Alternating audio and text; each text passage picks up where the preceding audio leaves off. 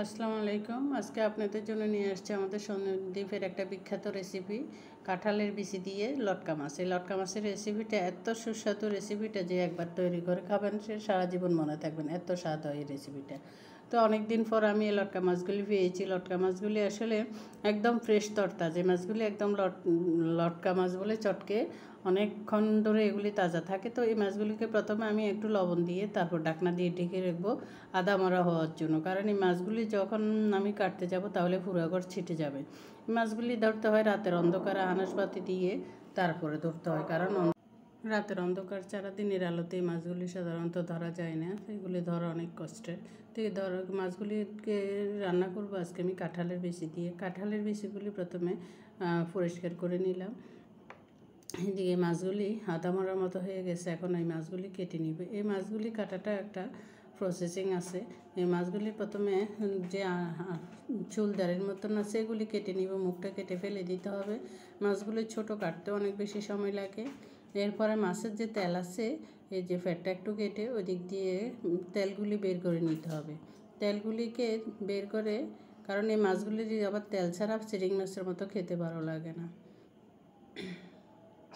লেজের অংশগুলি দিয়ে সামান্য যে আছে ওগুলি ফেলে দিতে হবে। এই যে তেলটা বেরিয়ে করে নিতে আমার হেল্পিং হ্যান্ড। তেলগুলিকে এক সাইডে সবগুলিকে জমা করবো। তেলের মধ্যে যে ছোট্ট একটা ফিতের মতো থাকে ওইটা ফেলে দিতে হবে, নাও কিন্তু আবার খাওয়া যাবে না, তিতা তিতা বাবা। যে আমি 2 ঘন্টা করে মাছগুলি রেখে দিচ্ছি, যেগুলি বড় ওইগুলি দিয়ে পিস করতেছি, আর যেগুলি ছোটো ওগুলি গোটাই রেখে দিচ্ছি। এদিকে কাঁঠালের বিচিগুলি পরিষ্কার করা শেষ, এখন সব মাছগুলো ভালোভাবে কুটে দিয়ে পরিষ্কার করে একবারে রান্নায় চলে যাচ্ছি। তো প্রথমে একটা প্যানে আমি পাতিলের তেলগুলি দিয়ে, মাছের তেলগুলি দিয়ে চুলায় বসিয়ে দিলাম। এদিকে মাছগুলির মধ্যে হলুদ মরিচ লবণ দিয়ে এক সাইডে মেখে রাখতেছি। আর এদিকে যখন তেলগুলি একটু ব্রাউন কালার হয়ে যাবে মাছের তেল, তখন ওখানে দিয়ে দিব সাদা তেল। সাদা তেল দিয়ে ওখানে দিয়ে দিব পেঁয়াজ কুচি, রসুন কুচি আর কাঁচামরিচ কুচি ফালি দিয়ে একটু অপেক্ষা করব ব্রাউন কালার হওয়া পর্যন্ত। মাছটা আসলে একটু স্থিরভাবে রান্না করতে হবে অন্যান্য মাছের তুলনায়, কারণ এই মাছগুলি খেতে একটু ভালো লাগবে যখন আপনি মাছগুলিকে ভালোভাবে কষাবেন। তো এখন এখানে আমি কাঁচামরিচ, পেঁয়াজ আর রসুনের সেগুলি একটু যখন সুঘ্রাণ চড়াচ্ছে তখন ওইখানে দিয়ে দিচ্ছি কিছু গোটা জিরে দিয়ে একটু অপেক্ষা করবো আর একটু ফ্লেভার হওয়ার জন্য, কারণ এগুলি আসলে ফ্লেভারটা এই মশলাগুলিতে অনেক বেশি ভালো লাগে। আবার অতিরিক্ত মশলা আবার ভালো লাগে না, একদম হাবি জাবি সব গরম মশলা এই মাছে, কোনো মাছের সাথে আসলে গরম মশলা যায় না। আমার কাছে ভালো লাগে না ব্যক্তিগতভাবে, জানি না কার কাছে কেমন লাগে। এই যে হলুদ মরিচ লবণ মেখে রাখা মাছগুলি দিয়ে তেলের মধ্যে ভালোভাবে কষিয়ে নেব কিছুক্ষণ, একদম আলতো হাতে। এখন আর মাছটাতে বেশি করবো না, এখন দিয়ে দিচ্ছি।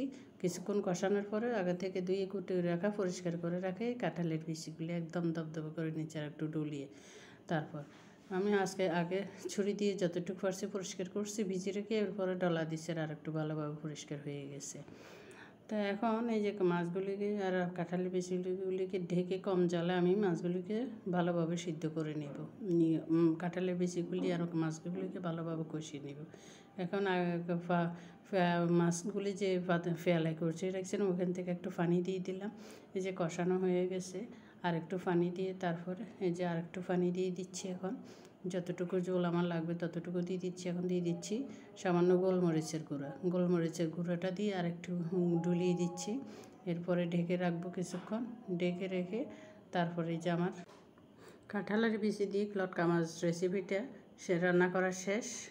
তো আমার এই রেসিপিটা কেমন লাগলো, লটকা মাছ দিয়ে কাঁঠালের বিচি, এটা আমাদের সন্দ্বীপে রান্না করা হয়। আপনাদের কোন কোন জেলায় রান্না করে খান আপনারা কমেন্টে বলে যাবেন।